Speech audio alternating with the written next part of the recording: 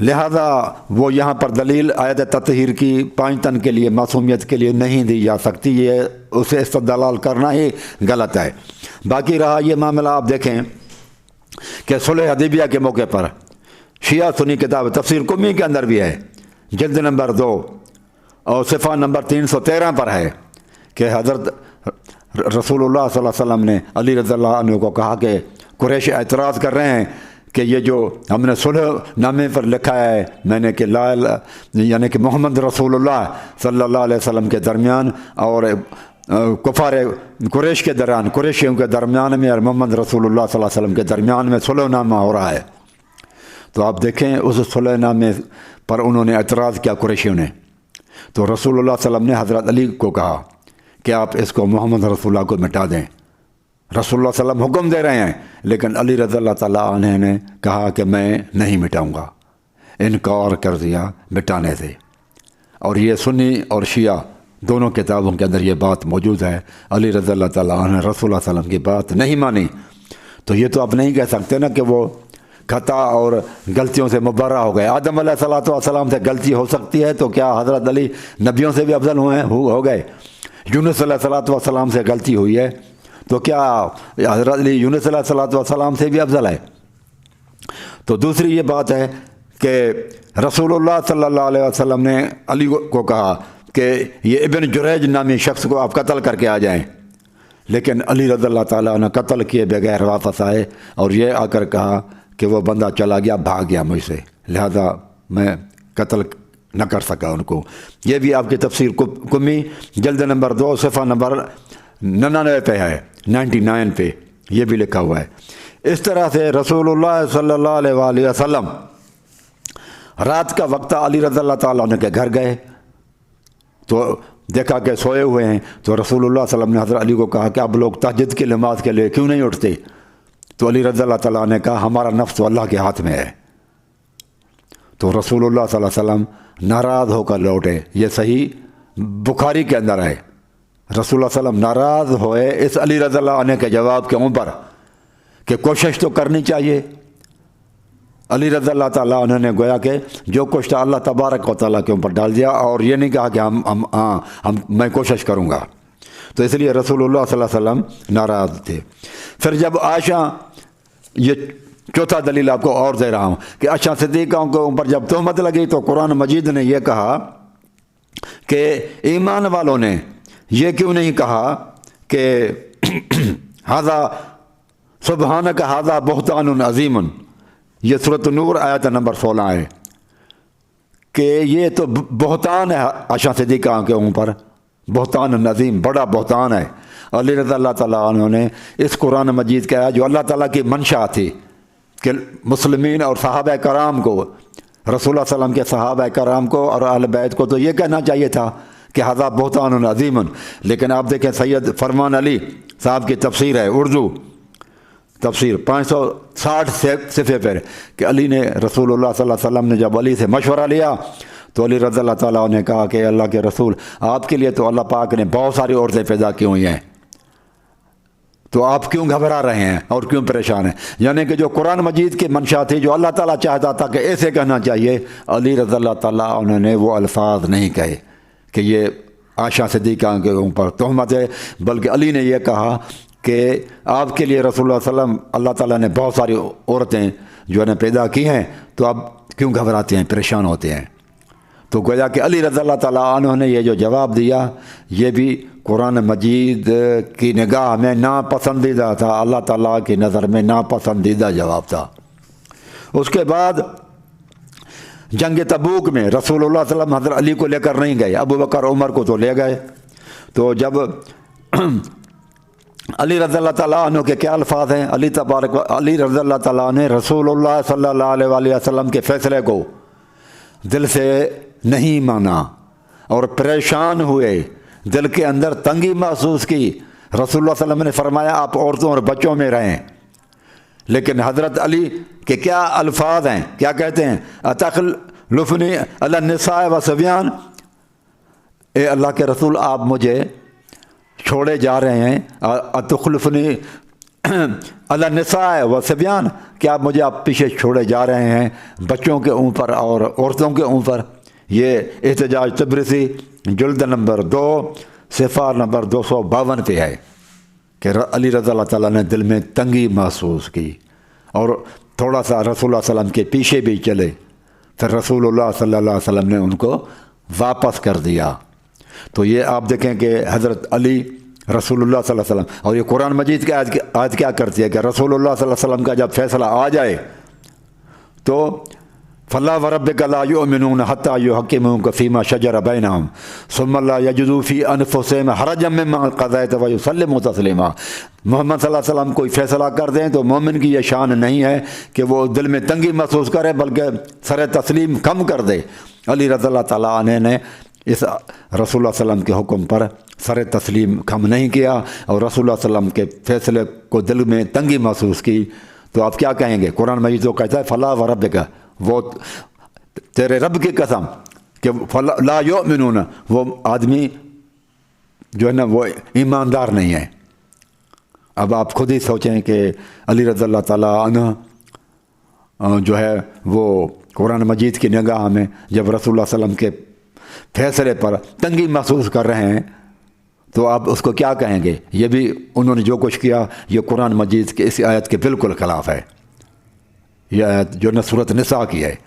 جس میں اللہ تعالیٰ فرماتے ہیں فَلَا وَرَبِّكَ، تیرے رب کی قسم ہے محمد صلی اللہ علیہ وسلم، لا یؤمنون، وہ ایماندار نہیں ہے، حتیٰ یحکموک فیما شجر بینہم، جب اختلاف ہو جائے تو فیصلہ آپ سے کروائے، ثم لا یجدوا فی انفسہم حرجا، پھر جب رسول اللہ صلی اللہ علیہ وسلم کا فیصلہ آ جائے تو دل میں تنگی محسوس نہ کریں، ویسلموا تسلیما، اور دل کی گہرائی سے تسلیم کریں۔ تو علی رضی اللہ تعالیٰ نے تو دل کی گہرائی سے تسلیم نہیں کیا، دل میں تنگی بھی محسوس کی۔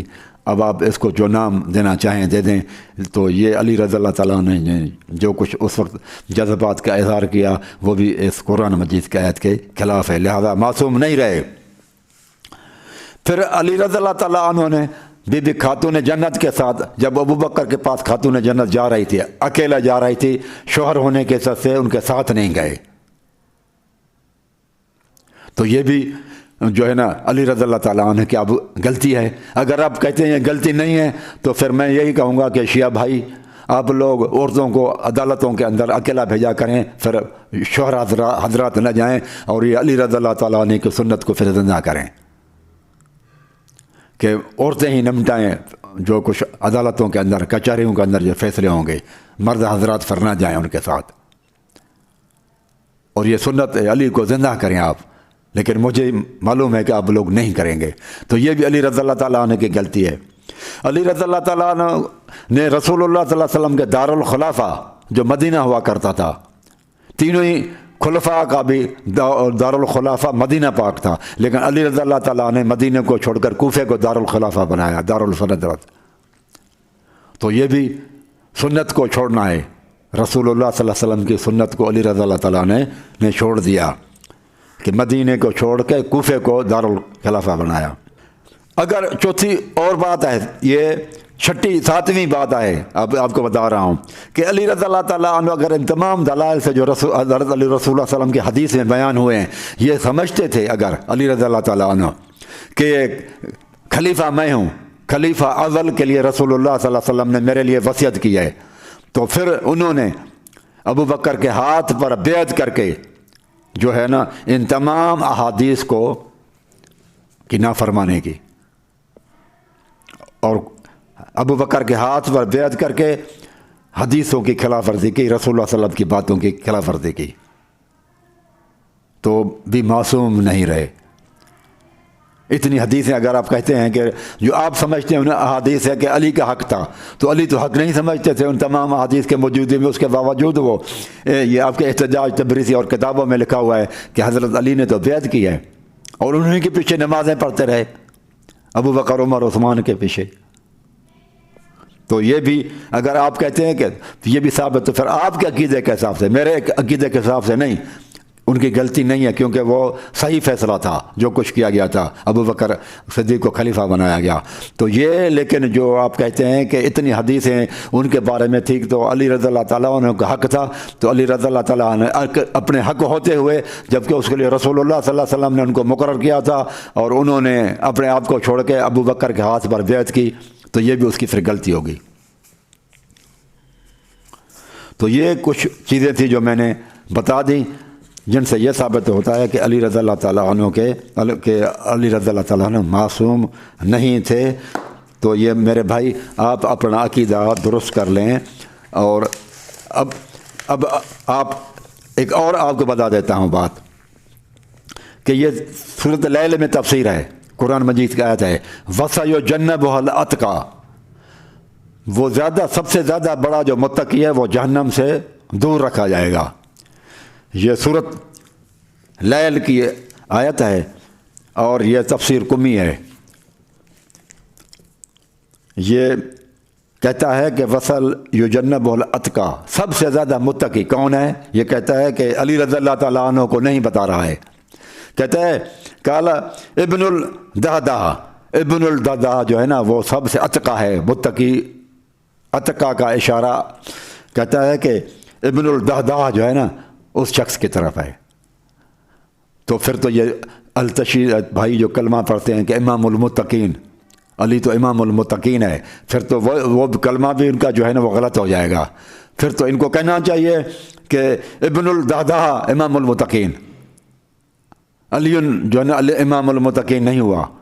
یہ میں اپنی طرف سے نہیں کہہ رہا، یہ تفسیر قمی ہے، یہ اس میں لکھا ہوا ہے، اور یہ عربی میں ہے، یہ ایران سے نجف سے مطبوع نجف ہے، نجف اشرف سے چھپا ہے، جلد ثانی سورۃ لیل کی تفسیر ہے، اور یہ 426 پیج ہے اس کا، جس میں وہ لکھا ہوا ہے کہ سب سے بڑا متقی تو ابن الدہدہ تھا، یعنی علی رضی اللہ تعالیٰ نہیں ہے۔ لیکن سنی کتابوں میں امام شوکانی کی کتاب فتح القدیر اور تفسیر ابن کثیر، آپ ان کو دیکھیں تو اس میں آپ کو لکھا ہوا ملے گا کہ اس سے مراد ابو بکر ہے۔ سنی کتاب کہتے ہیں ابو بکر ہے، شیعہ کتاب علی کو نہیں کہتے، بلکہ وہ کہتے ہیں، یہ تفسیر قمی، یہ علی بن ابراہیم یہ بہت بڑا شیعہ کا محدث ہے، اور یہ تقریباً بہت پائے کا چوٹی کا عالم ہے ان کا، اور بہت پرانے زمانے کی یہ تفسیر ہے، اور اس تفسیر کی شیعہ کے نزدیک بہت بڑی وقت ہے، عزت ہے، احترام سے نگاہوں سے دیکھا جاتا ہے۔ یہ قم کا رہنے والا تھا، اور یہ بہت پرانی تفسیر ہے، باقی ان سے حوالے لیے جاتے ہیں۔ تو یہ خود اس چیز کا قائل ہے کہ یہ اس نے خود تفسیر کی ہے، اور اس کو اس نے غلط نہیں کہا، اس نے غلط نہیں کہا۔ لیکن مجھے یاد ہے کہ اب جو میرے یہ سامعین ہوں گے شیعہ بھائی، وہ کہیں گے کہ یہ غلط ہے، ان کے لیے اور کوئی راستہ نہیں ہے سوائے یہ کہ وہ کہہ دیں کہ یہ بات غلط ہے۔ یہ تفسیر لکھنے والے تو یہ تفسیر لکھ دی درست سمجھ کر، بات فائنل کر کے، شان بین کر کے، اور وہ بھی بہت بڑا چوٹی کا عالم، تفسیر قمی ابراہیم قمی، لیکن اس کے باوجود بھی کوئی نہ مانے، تو پھر اب اس کی بات ہے کہ ہم کیا کر سکتے ہیں، اللہ تعالیٰ یہ کسی کو ہدایت دے۔ تو میرے بھائیوں، تو یہ تھی بات، آپ علی کوثر صاحب سمجھیں اور سمجھنے کی کوشش کریں۔ میں اپنی طرف سے اگر کہتا تو واقعی آپ مجھے الزام دیں، لیکن جب میں کوئی بھی بات اپنی طرف سے نہیں کہتا اور آپ کو حوالے تک دیتا ہوں کتابوں کے، تو پھر تو کم از کم آپ اس طرح کے ریمارکس میرے بارے میں نہ دیا کریں، مہربانی ہوگی۔ اور پھر ہے کہ قرآن مجید کی آیت ہے، یہ کہتے ہیں جو ہے نا ایک شیعہ بھائی، وہ یہ کہتے ہیں کہ زین جعفری صاحب کا کہنا ہے کہ یہ جو آپ نے تفسیر کی ہے قرآن مجید کی، وَلَا يَأْتَلْ أُولُو الْفَضْلِ مِنْكُمْ وَالسَّعَةِ، یہ آیت نمبر سورۃ النور اور آیت نمبر 22 ہے۔ وَلَا يَأْتَلْ أُولُو الْفَضْلِ مِنْكُمْ وَالسَّعَةِ أَنْ يُؤْتُوا أُولِي الْقُرْبَى وَالْمَسَاكِينِ وَالْمُهَاجِرِينَ فِي سَبِيلِ اللَّهِ، کہتا ہے یہ تفسیر آپ اپنی طرف سے تفسیر رائے سے کرتے ہیں، اس کے لیے آپ کسی تفسیر کا حوالہ دیں۔ تو میرے بھائی یہ تفسیر ہے، تفسیر احسن البیان، اس میں بھی لکھا ہوا ہے کہ یہ ابو بکر صدیق کی شان میں یہ آیت اتری ہے، کیونکہ اس وقت جس بندے نے قسم اٹھائی تھی ان کی بیٹی بی بی عائشہ صدیقہ کے اوپر واقع افق کے معاملے میں یہ کہ تہمت لگی تھی، افق منع تہمت لگانا اما عائشہ صدیقہ کے اوپر، تو ان کا رشتہ دار تھا تہمت لگانے والوں میں حضرت مستح ابو بکر کا خالہ زاد بھائی تھا۔ تو جب پتہ چلا کہ یہ تہمت لگانے والوں میں شامل ہے تو ابو بکر نے قسم اٹھائی کہ جو کچھ میں اس کو ہر مہینے میں اسکالرشپ دیتا تھا، عطیہ دیتا تھا، اس کی ہمدردی کے طور پر مال دیتا تھا، آج کے بعد وہ اس کا میں بند کر رہا ہوں۔ انسان جذباتی ہو جاتا ہے، غصہ ہو جاتا ہے، تو ابو بکر بھی انسان تھے، اس نے غلطی سے قسم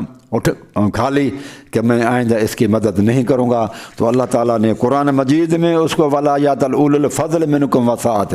تم میں سے اول الفضل اور وسعت والا طاقت والا مالدار آدمی کوئی چاہیے کہ وہ ایسا نہ کریں کہ اپنے قربہ دار مساکین اور مہاجرین جو اللہ کے راہ میں آئے ہیں، اگر ان میں سے غلطی ہو گئی تو ان کو غلطی کو معاف کر دیں، اور وہ جو سلسلہ تھا اس کی مدد کا اس کو جاری کر دیں۔ کیا تم نہیں چاہتے ہو کہ اگر تم سے کوئی غلطی ہو جائے تو اللہ تعالیٰ تمہیں معاف کر دے؟ اگر تم یہ چاہتے ہو کہ تم سے غلطی ہو جائے اور اللہ معاف کر دے تو تم بھی تو کچھ لوگوں جو غلطیاں کرتے ہیں ان کو معاف کر دو نا۔ تو ابو بکر صدیق نے پھر اس قسم کا کفارہ ادا کیا، اور وہ جو مال ان کو دیتے تھے حضرت مستح کو رضی اللہ تعالیٰ عنہ کو، وہ اس کو دیتا رہا۔ تو یہ صرف اس کتاب میں نہیں ہے، تفسیر احسن البیان میں نہیں ہے، تفسیر فتح القدیر میں بھی ہے، اور تفسیر ابن کثیر میں بھی ہے، پھر یہ تفسیر جو ہے کمی ہے، اس کے اندر بھی آپ دیکھیں گے تو اس کے اندر، اور یہ تفسیر صافی میں جلد نمبر 3 میں یہ شیعہ تفسیر ہے کہ 426 جلد نمبر 3، اس کے اندر بھی یہ لکھا ہوا ہے کہ اس سے مراد واقع افق کے اوپر کچھ صحابہ تھے، یہ ان کی طرف اس کو کچھ صحابہ کی طرف لے کے جا رہے ہیں۔ ولا یاتل اول الفضل منکم وسعت، تو پھر کہتا ہے کہ قیل کہا گیا ہے کہ نزل تو فی جماعت من الصحابہ ہے، صحابہ کے جماعت کے بارے میں کچھ لوگوں کے بارے میں یہ آیت اتری جنہوں نے یہ کہا تھا، حلف و قسم اٹھا لیا تھا کہ ہم ان کی مدد نہیں کریں گے۔ لیکن یہ نیچے وہ لکھتا ہے کہ بشیء من الافق، واقع افق کے بارے میں ہے یہ جو تہمت لگائی گئی تھی صحابہ کے بارے میں۔ تو صحابہ میں سے قریب ترین جس کی بیٹی تھے وہ تو ابو بکر تھا، یہ اتنا اس نے مان لیا کہ واقع افق کے بارے میں ہے، اور افق کس کے اوپر لگا تھا؟ عائشہ صدیقہ کے اوپر تھی تہمت، اور سب سے قریبی ترین صحابہ میں سے رشتہ دار کون تھا؟ اس کا باپ تھا، وہ تھا حضرت ابو بکر صدیق۔ تو یہ اس کی طرف، تو یہ علی رضی اللہ تعالیٰ عنہ کی طرف نہیں جا رہی ہے۔ یہاں پر اول الفضل ان کو کہا گیا ہے، وسعت اور مالدار اور فضیلت والا، یہ قرآن مجید کی آیت ہے، اللہ تعالیٰ اس کو ابو بکر کو فضیلت والا کہہ رہا ہے بھائی، تو میں نہیں کہہ رہا، میں تو دلیل دے رہا ہوں، اور نہ کہ سنی کتابوں سے، یہ تو شیعہ کتابوں سے دے رہا ہوں، اور قرآن مجید کی آیت کی تفسیریں ہیں یہ۔ تو میں سمجھتا ہوں کہ زین صاحب کو انشاءاللہ العزیز یہ ماننا چاہیے، یہ ان کی کتابیں ہیں، اب ان کو یہ نہیں کہنا چاہیے کہ یہ ضعیف روایتیں ہیں۔ سنی کتابوں سے حوالے دیتے ہیں تو وہ مانتے نہیں ہیں، شیعہ کتابوں سے حوالے دیتے ہیں تو کہتے ہیں یہ ضعیف ہیں، تو ضعیف اور ان کو الگ کریں نا آپ۔ ہمارے اہل سنت کا جو ہے وہ البانی صاحب نے ضعیف روایات اور صحیح روایات کی شان بین کر کے الگ کیا ہے نا، تو آپ کے اندر اس طرح کے عالم کیوں نہیں پیدا ہوتے؟ ان کو کہو نا کہ ضعیف روایتیں اور صحیح روایتیں الگ کر دیں، تاکہ ہمارے لیے اور دوسرے سننے والوں لوگوں کے لیے اور پڑھنے والوں کے لیے آسانی ہو جائے۔ کیوں چھپائی ہوئی ہیں کتابوں میں؟ الگ روایتیں کر دیں آپ۔ اگر آپ کے پاس علم ہے اور آپ سچے ہیں اور خیر خواہ ہیں امت رسول اللہ صلی اللہ علیہ وسلم کی امت کے، تو یہ آپ کے علماء یہ کام کیوں نہیں کرتے؟ سنی علماء کرتے ہیں، آپ کے علماء کیوں نہیں کرتے؟ ان کو کرنا چاہیے، کیوں نہیں کرتے؟ سمجھتے ہیں کہ اگر ہم کریں گے تو پکڑے جائیں گے، اس لیے وہ نہیں کر رہے۔ اب آپ لوگوں کے لیے بھاگنے کا راستہ بند ہو جائے گا، لیکن اب اس طرح سے ہے کہ آپ کو بھاگنے کا راستہ مل رہا ہے کہ بس ضعیف ہے، جو بھی آپ کے عقیدے کے خلاف، مسئلے کے خلاف صحیح بات مل رہی ہے آپ اس کو کہہ دیں گے یہ ضعیف ہے، تو ضعیف ہے تو ان کو الگ چھان بین کرو. آپ کہتے ہیں کہ ہمارے عالم تو بہت بڑے بڑے علامہ ہیں، ایران میں بھی بیٹھے ہوئے ہیں، آیت اللہ ہیں، وہ کیا کام کر رہے ہیں؟ کون سا کام کیا ہے؟ اصل جو کام ہے وہ تو کرتے نہیں ہیں. اصل کرنے کا کام تو یہ ہے نا کہ چھان بین کریں. شانے جیسے آٹا چھانا جاتا ہے، فلٹر کیا جاتا ہے، گند اور کچرا نکالا جاتا ہے. آپ اپنے کتابوں کی چھان بین کریں، گند اور کچرا نکالیں، ضعیف روایت الگ کریں، صحیح روایت الگ کریں، تاکہ پڑھنے والوں کے لیے سہولت ہو. لیکن آپ نہیں کریں گے، آپ کو علماء بھی نہیں کریں گے، کیونکہ سمجھتے ہیں پکڑے جائیں گے ہم. آپ لوگوں نے آج تک ایک بھی کتاب صحیح نہیں لکھ سکے. شیعہ علماء نے آج تک ایک بھی کتاب صحیح نہیں ہے ان کی، جس کو بھی وہ کہیں کہ یہ صحیح روایت ہے. سنیوں کیا تو ہے نا، صحیح بخاری، صحیح مسلم ہے، اور موطا امام مالک. ہم مانتے ہیں ان کی ساری روایتیں صحیح ہیں، حدیث رسول اللہ صلی اللہ علیہ وسلم کی، صحیح بخاری، صحیح مسلم کی، اور موطا امام مالک کی. آپ لوگوں کے پاس کوئی ایک کتاب نہیں ہے کوئی صحیح لکھا گیا ہو آج تک. پھر یہ دعویٰ کرتے ہیں کہ ہم حق پر ہیں اور ہم اہل بیت کو ماننے والے ہیں. کہ اہل بیت کی باتوں کو درست ایک بھی کتاب نہیں لکھ سکے آپ. اماموں کی باتیں ایک بھی درست نہیں لکھ سکے کتاب، آپ کتاب صورت میں. اگر ہیں تو لائیں آپ، تاکہ وہ پھر ہم پڑھ کر آپ کو اس سے ثبوت دیں گے. جزاک اللہ خیرا. اقول قولی ھذا.